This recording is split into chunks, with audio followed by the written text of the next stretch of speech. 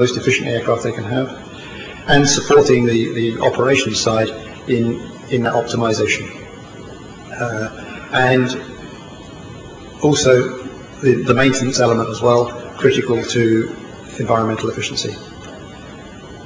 And then it doesn't end there. We take a look right through to the end of the life of the aircraft and the disposal of it, effective ways of minimizing the waste, and then feeding back through, studying the whole cycle, feeding back into the design.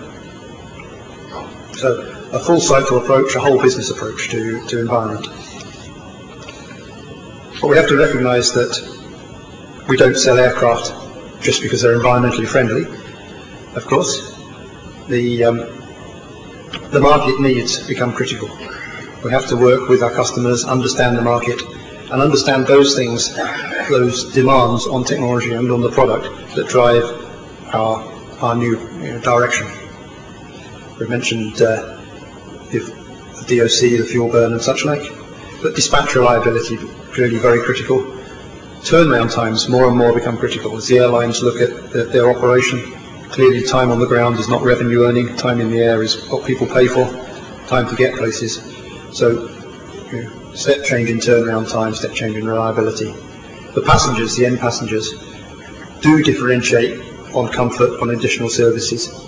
The feedback we get from those now flying on A380, they're stunned by what they're offered, if you like, what the airlines are giving them, what they're providing, by the new comfort standard the aircraft has. So it's really changing the model, and we have to recognise that, and we have to provide that to the airlines. Excuse me, in case that's my phone, I shall turn it off. I don't think it is, but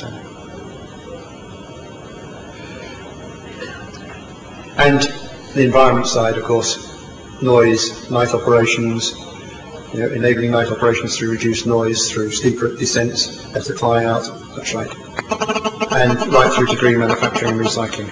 It's not me.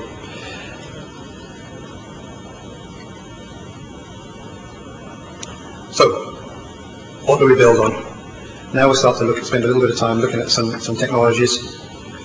For Airbus, we see ourselves as an integrator. Our role is primarily to pull together the technologies to recognize what's got to come, how to build those into an aircraft.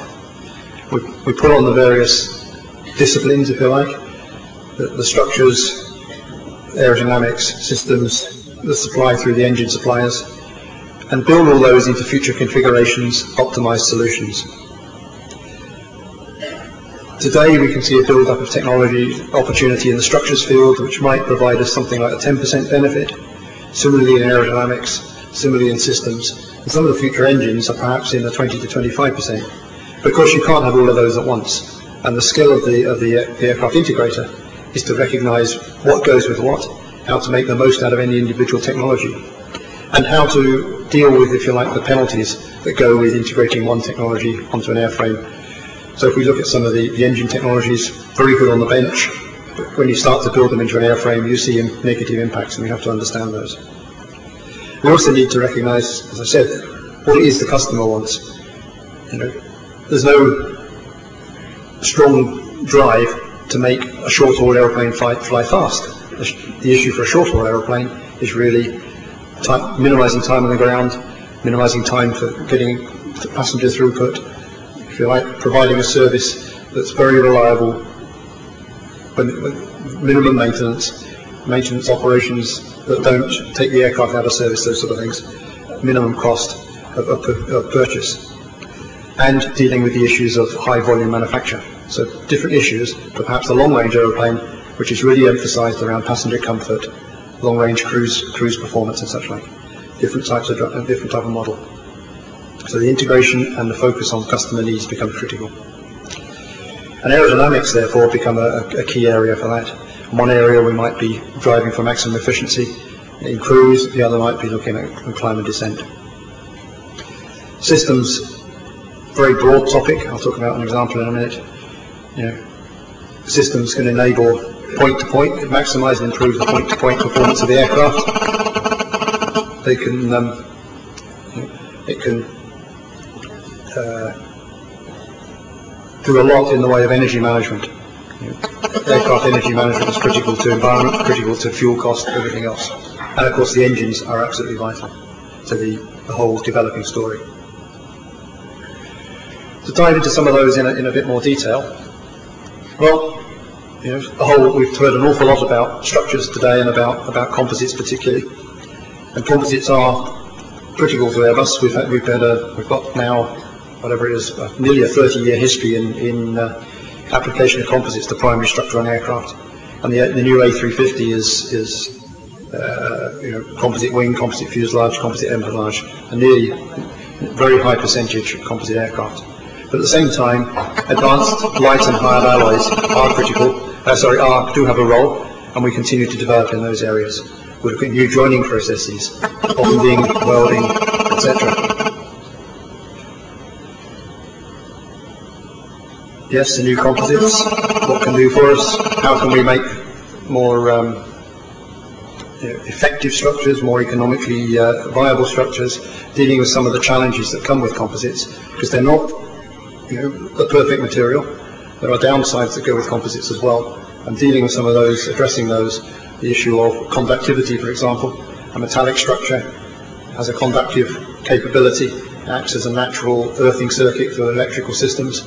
You have to deal with that in a carbon fibre structure.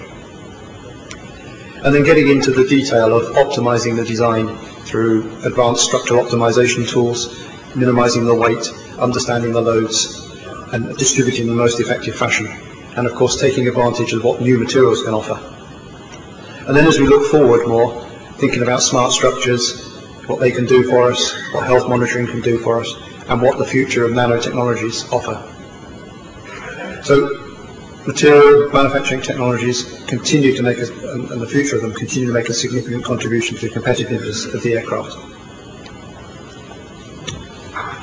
On the flight physics side,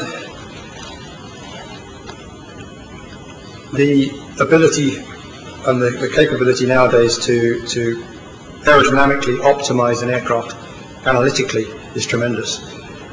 Every generation of new aircraft has a new step in aerodynamic optimization. We see lessons learnt from one to the next, plus the skills and capability of new analytical tools.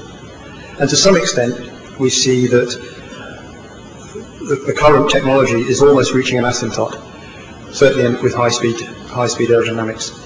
And really we now have to start to think about what can be the next steps. Today we've pushed an awful lot into load management. Every Airbus aircraft, Airbus aircraft design has a sophisticated load management tool. We're both in terms of distribution of loads, management through the aircraft, not only aerodynamic but by other means as well. The drag has been minimized, but we're now pushing and challenging ourselves on some of the breakthrough technologies, some of the flow control activities, looking at natural and potentially in the longer term hybrid laminar flow and where they can be applicable. Can they be introduced onto an airframe and onto an aircraft operation in a way that's economically sensible, because they don't come without their downsides as well. When we look at the integration of those technologies, again they are technologies that look great on the bench. Making them realizable in a production aircraft, in an aircraft that sees 30 years of service, is another challenge again. And that's the role of the integrator.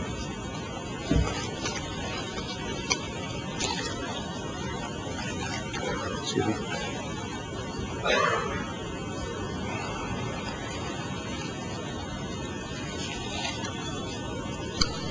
Give an interesting example from the systems side.